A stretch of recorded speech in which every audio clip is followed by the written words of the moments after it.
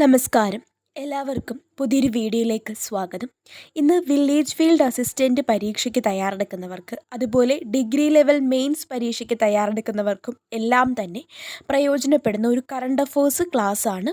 വളരെ പ്രധാനപ്പെട്ട പോയിന്റുകൾ, പരീക്ഷയിൽ ചോദിക്കുന്ന വളരെ പ്രധാനപ്പെട്ട പോയിന്റുകളാണ് ഈ ക്ലാസ്സിൽ ഇൻക്ലൂഡ് ചെയ്തിരിക്കുന്നത്. ക്ലാസ് കേൾക്കുന്ന എല്ലാവർക്കും ഇതിൽ നിന്ന് ഉറപ്പായിട്ടും മാർക്ക് കിട്ടിയിരിക്കും. ആദ്യത്തെ ഫാക്റ്റ് നമ്മൾ നോക്കാനായിട്ട് പോകുന്നത് 72ാമത് ദേശീയ ചലച്ചിത്ര പുരസ്കാരങ്ങൾ പ്രഖ്യാപിച്ചു. അപ്പോൾ അതിനെക്കുറിച്ചുള്ള കാര്യങ്ങളാണ്. നമ്മുടെ കേരളത്തിൽ നിന്നും 2 അഭിമാന നേട്ടങ്ങളുണ്ടായിരുന്നു. മികച്ച നടനായിട്ട് നമ്മുടെ മമ്മൂക്കയെയാണ് തിരഞ്ഞെടുത്തത്. അതുപോലെ മികച്ച ഗായികയായിട്ട് വൈക്കം വിജയലക്ഷ്മിയെ തിരഞ്ഞെടുക്കുകയുണ്ടായി. അതുകൊണ്ട് തന്നെ കേരളവുമായിട്ട് ബന്ധപ്പെട്ട് നോക്കുമ്പോൾ ഈ 72ാമത്തെ ദേശീയ ചലച്ചിത്ര പുരസ്കാരം എന്ന് പറയുന്നത് വളരെയധികം പ്രധാനപ്പെട്ടതാണ്. അപ്പം മികച്ച നടൻ മമ്മൂട്ടിയും അതിനോടൊപ്പം കാർത്തിക് ആര്യനും മികച്ച നടനായിട്ട് തിരഞ്ഞെടുക്കപ്പെട്ടു. മികച്ച നടി യാമി ഗൗതമാണ്. മികച്ച നടിയായി തിരഞ്ഞെടുത്തത് യാമി ഗൗതം. മികച്ച ഗായിക വൈക്കം വിജയലക്ഷ്മി. ഇനി മികച്ച സംവിധായകൻ ആരാണെന്ന് ചോദിച്ചാൽ കുമാർ പെരിയസ്വാമിയാണ് മികച്ച സംവിധായകനായിട്ട് തിരഞ്ഞെടുക്കപ്പെട്ടത്. മികച്ച മലയാള ചിത്രം ഫെമിനിച്ചി ഫാത്തിമയാണ് മികച്ച മലയാള ചിത്രമായിട്ട് തിരഞ്ഞെടുക്കപ്പെട്ടത്. അപ്പോൾ ഇത്രയും കാര്യങ്ങൾ വളരെ പ്രധാനപ്പെട്ടതാണ്. അടുത്ത പരീക്ഷകളിൽ ഈ ഭാഗത്ത് നിന്ന് ചോദ്യമുണ്ടാകും. 72ാമത്തെ ദേശീയ ചലച്ചിത്ര പുരസ്കാരം നടൻ മമ്മൂട്ടി കാർത്തിക് ആര്യൻ, നടി യാമി ഗൗതം, ഗായിക വൈക്കം വിജയലക്ഷ്മി, സംവിധായകൻ കുമാർ പെരിയസ്വാമി, മികച്ച മലയാള ചിത്രം ഫെമിനിച്ചി ഫാത്തിമ.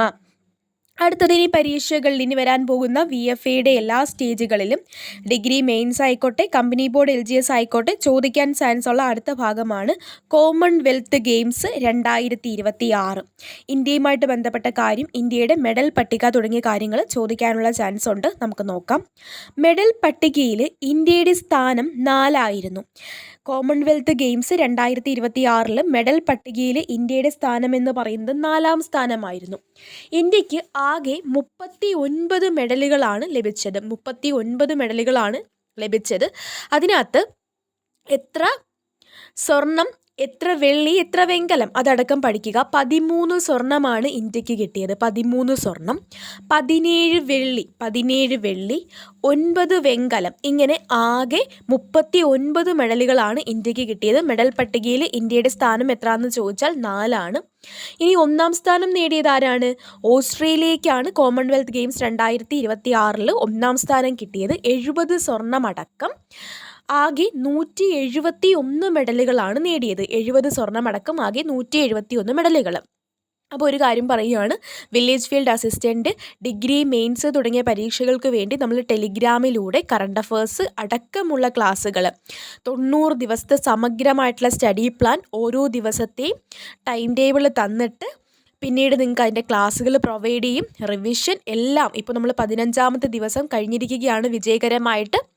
അങ്ങനെ 90 ദിവസങ്ങൾ കംപ്ലീറ്റ് ആക്കും. അപ്പോൾ VFAയ്ക്കൊക്കെ സ്വയം പഠിക്കുന്നവർക്ക് ഒരു സ്റ്റഡി പ്ലാൻ വേണം, ക്ലാസ്സുകൾ വേണം എന്നുണ്ടെങ്കിൽ നമ്മുടെ ടെലിഗ്രാം ചാനലിൽ ജോയിൻ ചെയ്തേക്കാം. ഫസ്റ്റ് കമൻ്റായിട്ട് ലിങ്ക് കൊടുത്തേക്കാം.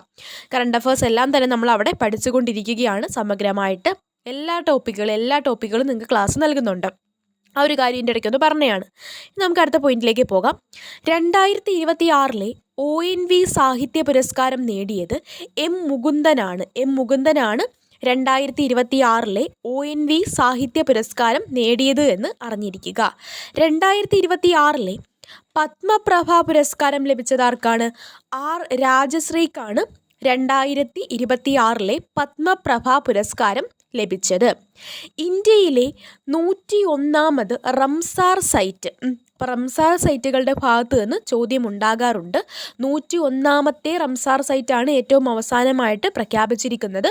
എവിടെയാണ്? ഗ്ലാവ് തടാകമാണ്. അരുണാചൽ പ്രദേശിലാണ് ഗ്ലാവ് തടാകം എന്ന് അറിഞ്ഞിരിക്കുക. അരുണാചൽ പ്രദേശിലെ ഗ്ലാവ് തടാകമാണ് ഇന്ത്യയിലെ 101ാമത്തെ റംസാർ സൈറ്റായിട്ട് തിരഞ്ഞെടുത്തത്.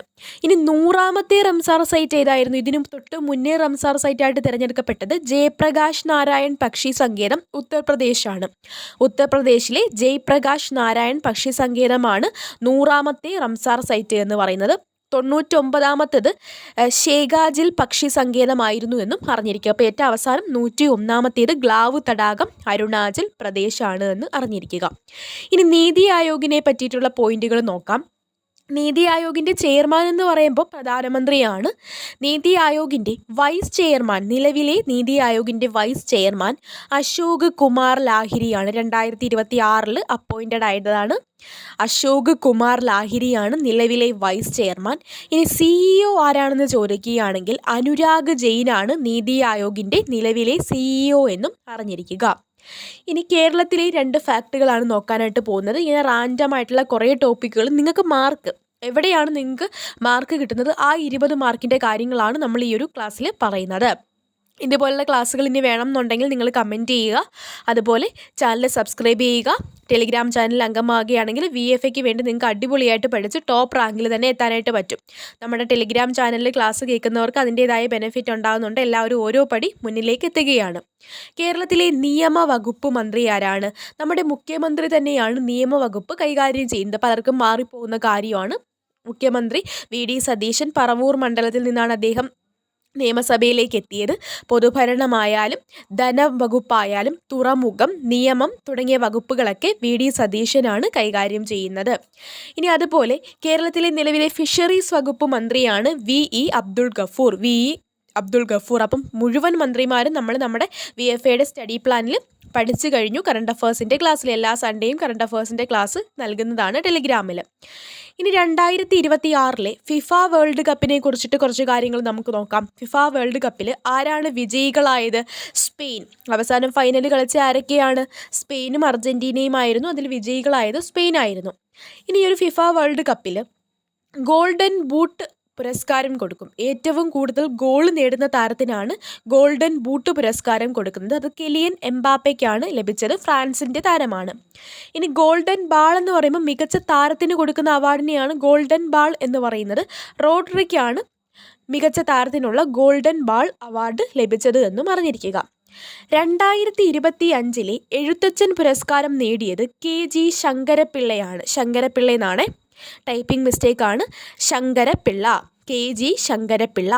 ഇന്ത്യയിലെ ആദ്യ പേപ്പർ രഹിത ജുഡീഷ്യൽ ജില്ലയാണ് വയനാട്. ഇന്ത്യയിലെ ആദ്യ പേപ്പർ രഹിത ജുഡീഷ്യൽ ജില്ല വയനാടാണ്. 2026 പത്രസ്വാതന്ത്ര്യ സൂചികയിൽ ഇന്ത്യയുടെ സ്ഥാനം 157. ഇതിൽ 1ാം സ്ഥാനത്തെത്തിയത് നോർവേയാണ്. ഈ പത്രസ്വാതന്ത്ര്യ സൂചികയിൽ 2026 1ാം സ്ഥാനത്തെത്തിയത്. ഇന്ത്യയുടെ സ്ഥാനം എത്രയാണെന്ന് ചോദിച്ചാൽ എത്രയാണ്? 157. അപ്പോൾ ഇത്രയും കാര്യങ്ങളാണ് ഞാൻ ഈ ഒരു ക്ലാസ്സിൽ ഉൾപ്പെടുത്തിയിരിക്കുന്നത്. ഇതുപോലെ കറണ്ട് അഫേഴ്സ് 20 മാർക്ക് നിങ്ങൾക്ക് കിട്ടുന്ന പോർഷൻസ് ക്ലാസ് വേണം എന്നുണ്ടെങ്കിൽ നിങ്ങൾ ചാനൽ സബ്സ്ക്രൈബ് ചെയ്തിട്ട് കമൻറ്റ് ചെയ്യുക. കൂടാതെ ടെലിഗ്രാം ചാനലിൽ മെമ്പർ ആകുകയാണെങ്കിൽ കംപ്ലീറ്റ് കാര്യങ്ങൾ നിങ്ങൾക്ക് അവിടെ കിട്ടുന്നതായിരിക്കും. അപ്പോൾ ഇത്രയേ ഉള്ളൂ. താങ്ക്